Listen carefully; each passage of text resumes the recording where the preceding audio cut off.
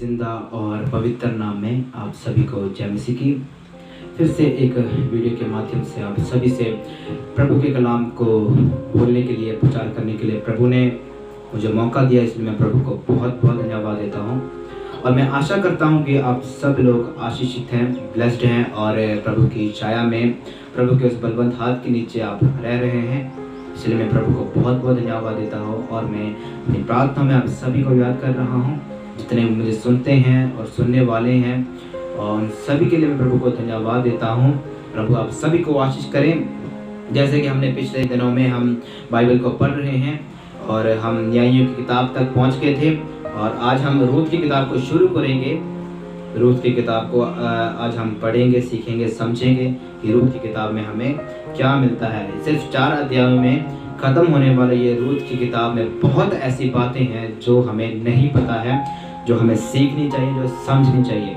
क्योंकि आजकल जो मिनिस्ट्रीज चल रही है वो पुराने नियम से नहीं चल रही, जो पुराने नियम के अनुसार नहीं चल रही। जो पुराने नियम में जो लिखा हुआ है, जो स्पिरिचुअली बातें हैं, उनको पता नहीं होता कि मैं क्या प्रचार करूं।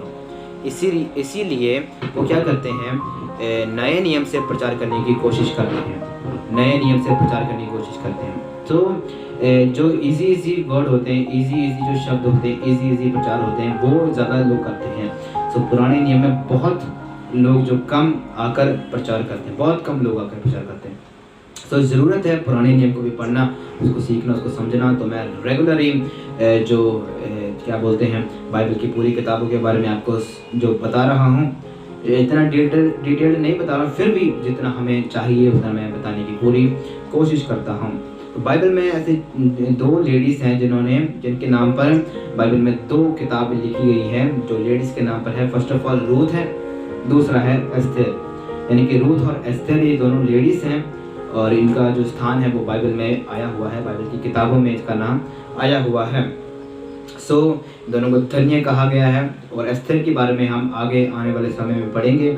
आज का हमारा विषय है जो है रूथ के बारे में, study on the book of Ruth.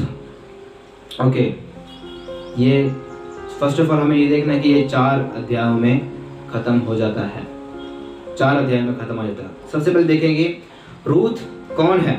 Ruth एक मोआब स्त्री है। Who is Moab? मोआब कौन है, यानी कि मोआब जो है जाति, वो कौन सी जाति है, ये देखेंगे जब हम लूत के बारे में पढ़ते हैं। उत्पत्ति किताब 19 अध्याय उसकी 37 आयत में लिखा है कि लूत की बड़ी बेटी से उत्पन्न हुआ एक बेटा है, उसका नाम है मोआब। लूत की बड़ी बेटी की जो उससे उत्पन्न हुआ एक बेटा है मोआब। उस मोआब एक बहुत बड़ी जाति बन गई, और उसी मोआब में से रूथ का भी जन्म हुआ, और वो है, इसीलिए रूथ एक मोआबी स्त्री है, यानी कि मोआब से बिलोंग करती है, इसलिए मोआबी स्त्री है। अगर पंजाब से बिलोंग करता हूँ मुझे पंजाबी बोला जाएगा, अगर दिल्ली से बिलोंग करता हूँ तो मैं दिल्ली से ही बिलोंग करता हूँ, तो मैं दिल्ली वाला ही कहा जाऊँगा। इसी रीति से अलग अलग लोग जो जहाँ से बिलोंग करते हैं वो वहाँ से जो पहचाना जाएगा। इसी रीति से जो रूथ थी वो मोआब से थी, इसलिए वो मोआबी स्त्री कहलाई गई है।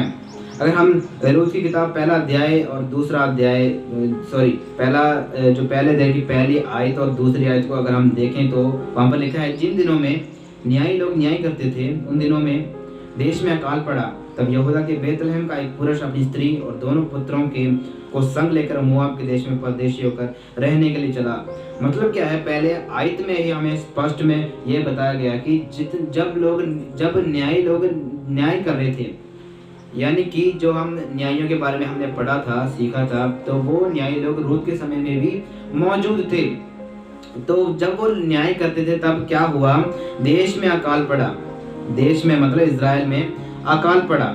अकाल पड़ने के कारण तब यहूदा के बेतलहम, यानी कि बेतलहम में रहने वाला एलीमेलेक और नवोमी अपने दोनों बेटों समेत कहाँ चला गया, मोआब के देश में परदेशी होकर रहने लगा। यानी कि परदेशी उसे कहा जाता है जो अपने देश को छोड़कर किसी और देश में चला जाता है। यानी कि ध्यान देने वाली बात यह है कि जब न्यायी लोग न्याय करते थे उस टाइम क्या हुआ, देश में अकाल पड़ा। अकाल पड़ने के कारण जो उस यहूदा के जो बेतलहम में रहने वाले जो एक परिवार थे, एक पुरुष अपनी स्त्री और दोनों पुत्रों को लेकर मोआब में परदेशी होकर रहने के लिए चला गया। देखना प्रभु के एक मर्जी यहाँ पर भी प्रकट होती है कि रूत को लेके आना। तो मैं आगे आने वाली जो मैं बताऊंगा आपको। और उस पुरुष का नाम एलीमेलेक और उसकी पत्नी का नाम नवोमी और उसके 2 बेटों के नाम महलोन और किलियोन थे। ये अपराधी थे अर्थात यहूदा के बेथलेहम के रहने वाले थे। वो मोआब के देश में आकर वहाँ रहे। ओके, यहाँ पर हमें स्पष्ट रूप में बताया गया है कि वो मोआब में जाकर रहने लगे, एलीमेलेक और नवोमी और उसके दोनों बेटों समेत वो कहाँ रहने लगे, जो मोआब में जाकर रहने लगे। वहाँ जाकर क्या हुआ, एलीमेलेक और महलोन और किलियोन ये तीनों मर गए, किसी रीति से वो मर गए। यानी कि यहाँ पर हम तीसरे आयत में देखते हैं तो वहाँ पर लिखा है और नवोमी का पति एलीमेलेक मर गया और नवोमी और उसके दोनों पुत्र रह गए और उन्होंने एक मोआबिन स्त्री से विवाह कर लिया। एक का नाम ओरपा और दूसरे का नाम रूत था। फिर वे वहाँ के कोई 10 वर्ष रहे। जब महलोन और किलियोन दोनों मर गए तब नवोमी अपने दोनों पुत्रों और पति से रहत हो गई। यानी कि यहाँ पर एक बहुत बड़ा बिछोड़ा हम देखते हैं, बहुत बड़ा जो बिछड़ना हम देखते हैं कि यहाँ पर क्या होता है, जब मोआब में जाकर ये जो परिवार रहने लगा तब क्या हुआ, एलीमेलेक मर गया। यानी कि नवोमी का पति एलीमेलेक मर गया और नवोमी के 2 बेटों ने वहाँ पर क्या किया, वहाँ पर दोनों ने मोआबिन स्त्रियों से विवाह कर लिया। एक का नाम ओरपा था और दूसरे का नाम रूत था। हम ये देख सकते हैं कि महलोन जो बड़ा होगा, किलियोन छोटा होगा, इसलिए महलोन ने ओरपा के साथ विवाह किया और किलियोन ने रूत के साथ विवाह किया होगा। इसी रीति से अगर हम देखें तो हमें शायद यही पता लगता है। तो आने वाले जो समय में क्या हुआ, कुछ टाइम के बाद, एक्चुअली 10 वर्ष के बाद क्या हुआ, महलोन और किलियोन यानी कि नवोमी के दोनों पुत्र मर गए। फर्स्ट ऑफ ऑल उसका हस्बैंड मर गया, एलीमेलेक मर गया, और दूसरी बात है उसका जो दोनों बेटे हैं महलोन और किलियोन दोनों मर गए।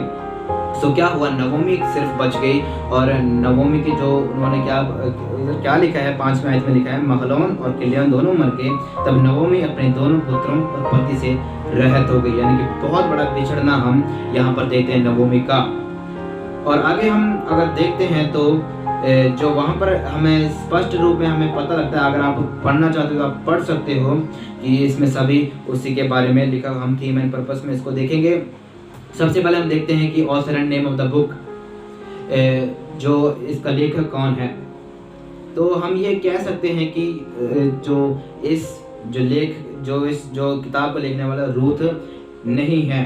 आपको सभी को लगेगा कि रूथ ने इसी किताब को लिखा है, नहीं, रूथ ने नहीं लिखा, बल्कि जो ज्यूइश ट्रेडिशन के मुताबिक यानी कि यहूदियों के ट्रेडिशन के मुताबिक इसको लिखने वाला शमूएल नबी है, यानी कि सैमुअल द प्रोफेट, उसने ये किताब को लिखा है।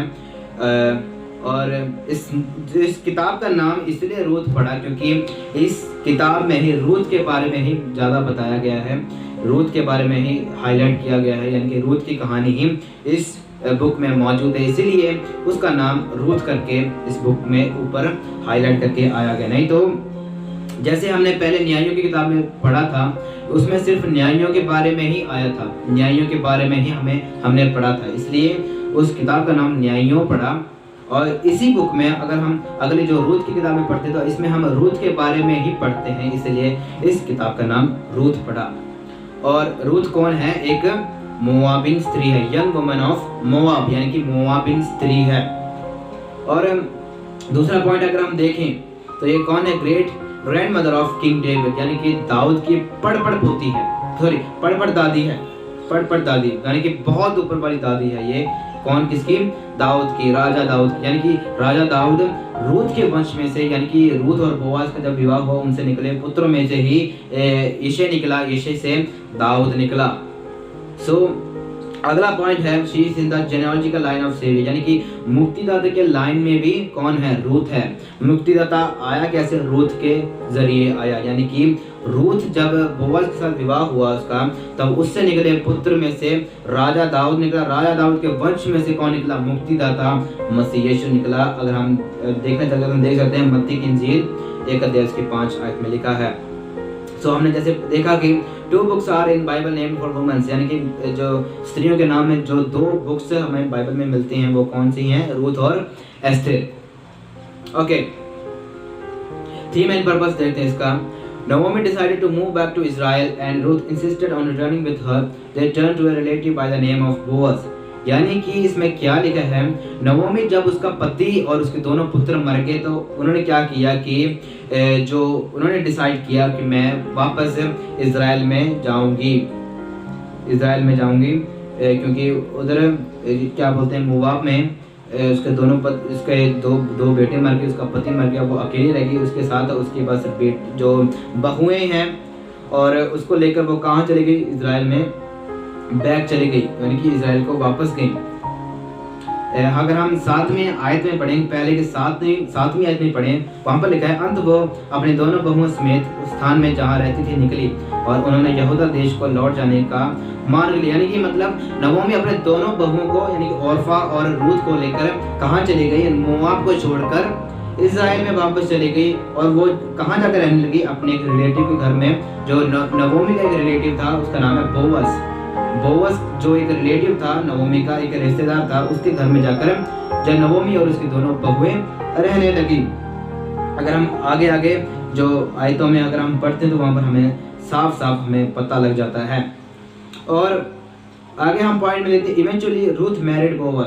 आगे आने वाले समय में हम पढ़ेंगे कि जो रूथ ने बोअज के साथ विवाह कर लिया।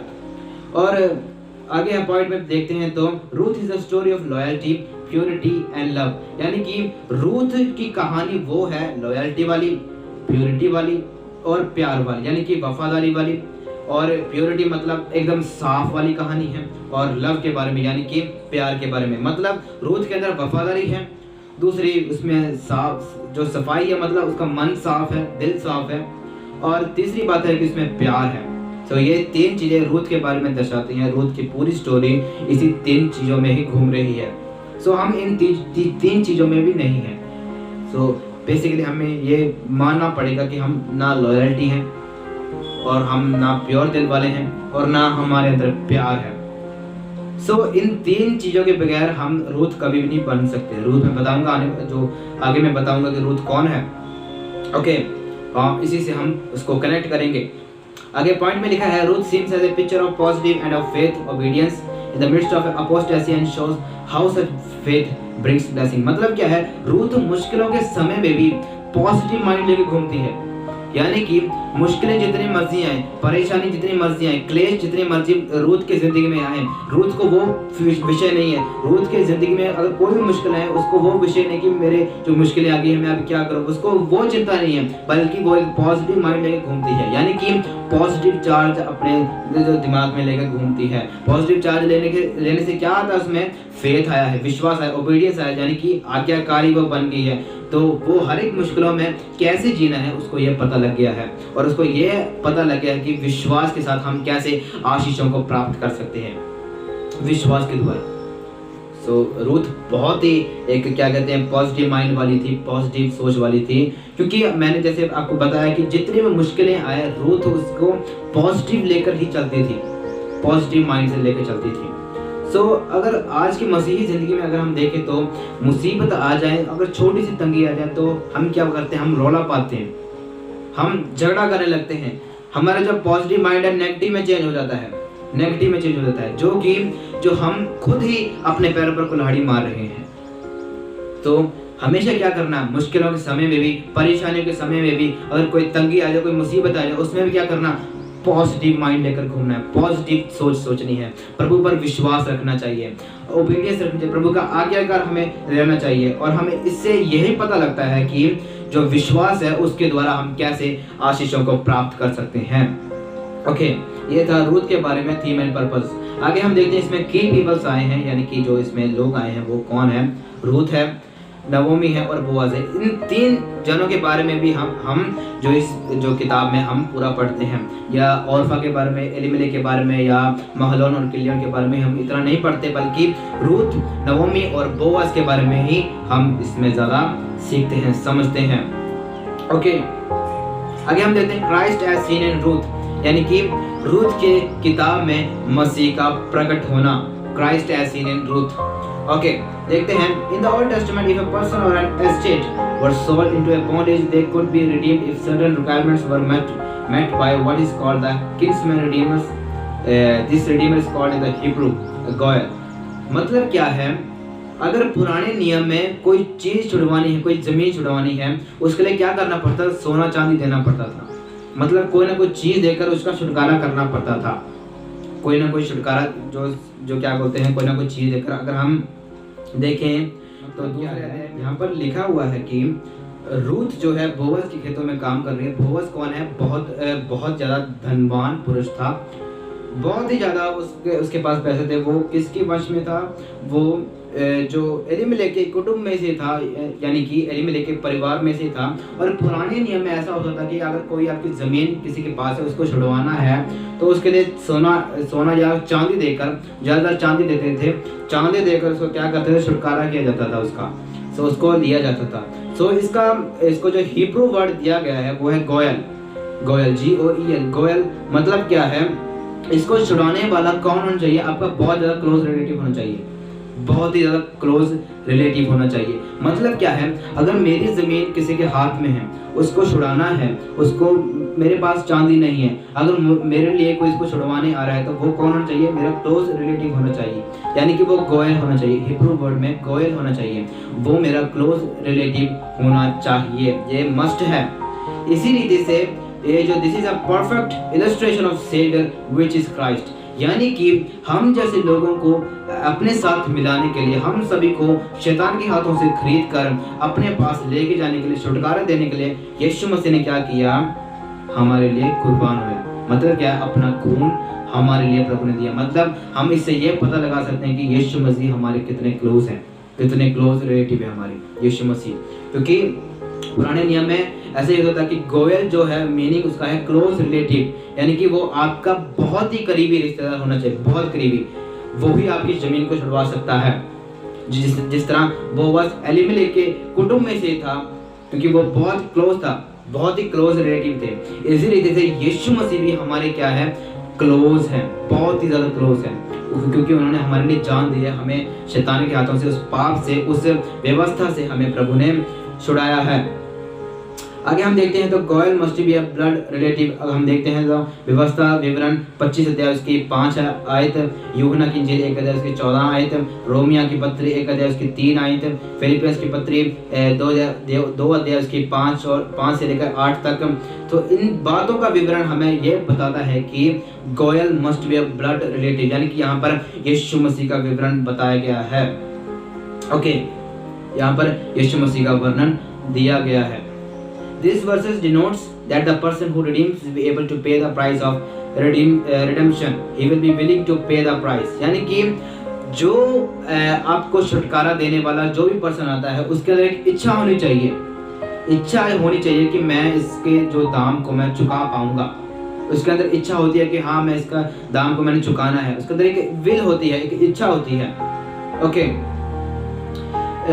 और आगे हम पढ़ते हैं, he should be free himself as Christ was free from the curse of sin, being without sin। यानी कि वो जो व्यक्ति होना, जो छुड़ाने आने वाला व्यक्ति, वो ऐसा होना चाहिए जो पाप से रहित होना चाहिए, पाप से रहित हो और हर एक तरह के पाप की श्राप से वो जो क्या बोलते हैं वो उससे रहित हो, और जिसके अंदर पाप ना हो, ऐसा एक मनुष्य आकर छुड़ाए। जैसे कि यीशु मसीह था, वैसे ही वो व्यक्ति हो। यीशु मसीह में कोई पाप नहीं था, यीशु मसीह में कोई दाग नहीं था, कोई पाप का कोई भी अंश उसमें नहीं था।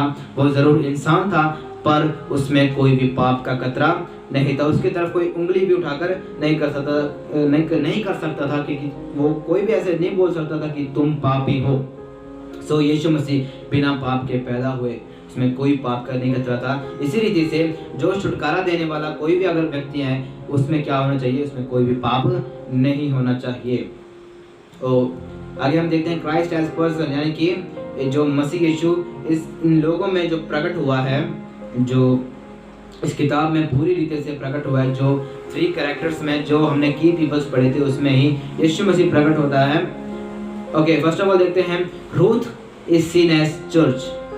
जो रूथ है, जो मोआबिन स्त्री है, वो किसको दर्शाता है? चर्च को दर्शाता है, कलीसिया को दर्शाता है। यानी कि जो है क्या बोलते हैं इसको? चर्च, कलीसिया। और इसको अगर हम पंजाबी में बोले तो इसको हम लाड़ी बोलते हैं। यानी कि विवाह के मंडल में शादी करने को लेके जाने वाली एक लड़की के रूप में ही जो चर्च को यानी कि कलीसिया को रखा गया है।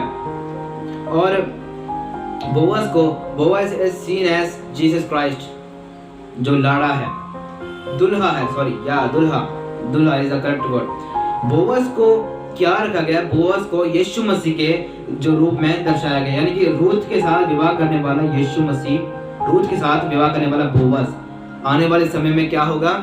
चर्च के साथ यानी कि कलीसिया के साथ, जो दुल्हन के साथ विवाह करने वाला दुल्हा, यानी कि चर्च के साथ एक विवाह जो होने वाला यीशु मसीह के साथ, यानी कि जिन लोगों ने तौबा की है, जिन लोगों ने बपतिस्मा लिया, जिन लोगों ने पवित्र आत्मा को प्राप्त किया, जिन लोगों ने अपने जो क्या बोलते हैं दुनियावी संसारिक जीवनों से अपने आप को रहित कर अपने आप को जो मुक्ति देकर क्या किया है? यीशु मसीह के साथ हमेशा जीने के जो जिन्होंने प्रण लिया है, उनका विवाह क्या होगा? स्वर्ग में, आसमान में यीशु मसीह के साथ होगा, यानी कि कलीसिया यीशु मसीह के साथ विवाह में आएगी, यानी कि यीशु मसीह के साथ उनका विवाह होगा। जिस रीति से रूथ का विवाह बोअज के साथ हुआ, यानी कि रूथ कौन है? एक अन्य देश की एक स्त्री है, मोआबिन स्त्री है, और फिर भी बोअज ने क्या किया? रूथ पर दया की, रूथ को गले लगाया, रूथ को क्या अपना जो क्या बोलते हैं अपनी दुल्हन बनाया। इसी रीति से जो हम लोग जो अन्य जाति में पड़े हुए लोग थे, हम पाप के दलदल में पड़े हुए लोग थे, यीशु मसीह ने क्या किया? हमसे प्यार किया, हमको गले लगाया, हमारे दागों को, हमारे पापों को उसने मिटाया, हमें साफ किया और हमें अपने लहू के साथ धोकर हमें क्या किया? अपने दुल्हन हमको यीशु मसीह ने बना लिया है। ओके, जो नवोमी है वो है नवोमी सीन एज होली स्पिरिट, यानी कि नवोमी को पवित्र आत्मा के रूप में रखा गया, यानी कि नवोमी ने बीच में इनको जोड़ने का काम किया है, इसलिए पवित्र आत्मा के रूप में। यानी कि आज कलीसिया के ऊपर कौन है? पवित्र आत्मा कार्य कर रहा है। पवित्र आत्मा की जो शक्ति है वो हमें क्या करती है? यीशु मसीह के साथ हमेशा कनेक्ट करती है। पवित्र आत्मा बोलता है वचन को पढ़ो, पवित्र आत्मा बोलता है बाइबल की स्टडी लो, पवित्र आत्मा बोलता है तू आराधना कर, तू संगति कर। जब हम ऐसे करते हैं तो हम किसके साथ कनेक्ट होते हैं? हम प्रभु के साथ कनेक्ट होते हैं, प्रभु यीशु मसीह के साथ कनेक्ट होते हैं। मतलब नवोमी ने जिस तरह रूथ और बोअज को जोड़ने का काम किया, इसी वजह से पवित्र आत्मा क्या करता है? हमें यीशु मसीह के साथ जोड़ने की कोशिश करता है। पर ऐसे कई लोग होते हैं जो जुड़ना नहीं चाहते। मैं आपको बताना चाहता हूँ कि पवित्र आत्मा जो अगर जोड़ता है तो आप भी उसके साथ जुड़िए, यीशु मसीह के साथ जुड़िए, क्योंकि प्रभु ने आपके लिए खून बहाया है, आपको नजात दी है, आपको छुटकारा दिया है। ओके, फॉर पर्सनल स्टडीज अगर हम देखें तो resolve and return of Ruth chapter 1 में लिखा है द राइट्स ऑफ रूथ, जो रूथ को मिले हुए अधिकार, उसमें हमें मिलता है कि चैप्टर नंबर 2 पर। और द रिक्वेस्ट ऑफ रूथ, यानी कि रूथ की अपेक्षा, हम चैप्टर नंबर 3 जो अध्याय में पढ़ते हैं, यानी कि नवोमी की रूथ को सलाह। और रिवार्ड ऑफ रूथ, यानी कि रूथ को जो सम्माना गया है, इसके बारे में भी हम पढ़ते हैं चैप्टर नंबर 4 पर। यानी कि 4 अध्याय में ख़त्म होने वाला ये अध्याय, पूरी बुक बहुत बड़ी मिस्ट्री के साथ छुपी हुई है। और आगे हम अगर देखते हैं तो 4थे अध्याय में इसके जो पूरी वंशावली लिखी हुई है। सो उम्मीद करते हैं कि आप सभी लोगों को ये समझ में आ गया होगा। रूथ एक मोआबिन स्त्री है और वो क्या बोलते हैं नवोमी की बहू है। नवोमी जो है पवित्र आत्मा के रूप में दर्शाया गया है, रूथ को कलीसिया के रूप में दिखाया गया है, बोअज को यीशु मसीह के रूप में रखा गया है। तो आने वाले समय में हम और भी बाइबल की किताब को हम सीखेंगे। आगे हम फर्स्ट शैमुएल यानी कि फर्स्ट जो शमूएल की किताब को हम पढ़ेंगे, सीखेंगे, समझेंगे और इसमें जो जो बातें आई हैं वो सभी को मैं बताने की कोशिश करूँगा। और इतना आपको समझ में आ गया होगा मुझे विश्वास है। और आगे हम सीखते जाएंगे, समझते जाएंगे और धन्य है वो जो उस मेमने के विवाह में बुलाया गया है और हम उस विवाह से हम कहीं पीछे ना रह जाएं। हम रूथ हैं, हमको प्रभु ने बुलाया है, हमें अलग किया है, हमें प्रभु ने अपने खेतों में काम करने के लिए प्रभु ने इस्तेमाल किया है और हमसे प्रभु ने जो जो फल लेने हैं उसको हमें प्रभु को देना ही पड़ेगा। और प्रभु इन वाक्यों से सभी को आशीष करें। मिलते हैं अगली वीडियो में। टेक केयर और इस वायरस से बचे रहें, महामारी से बचे रहें। प्रभु आप सभी को आशीष करें, ब्लेस करें। आमीन।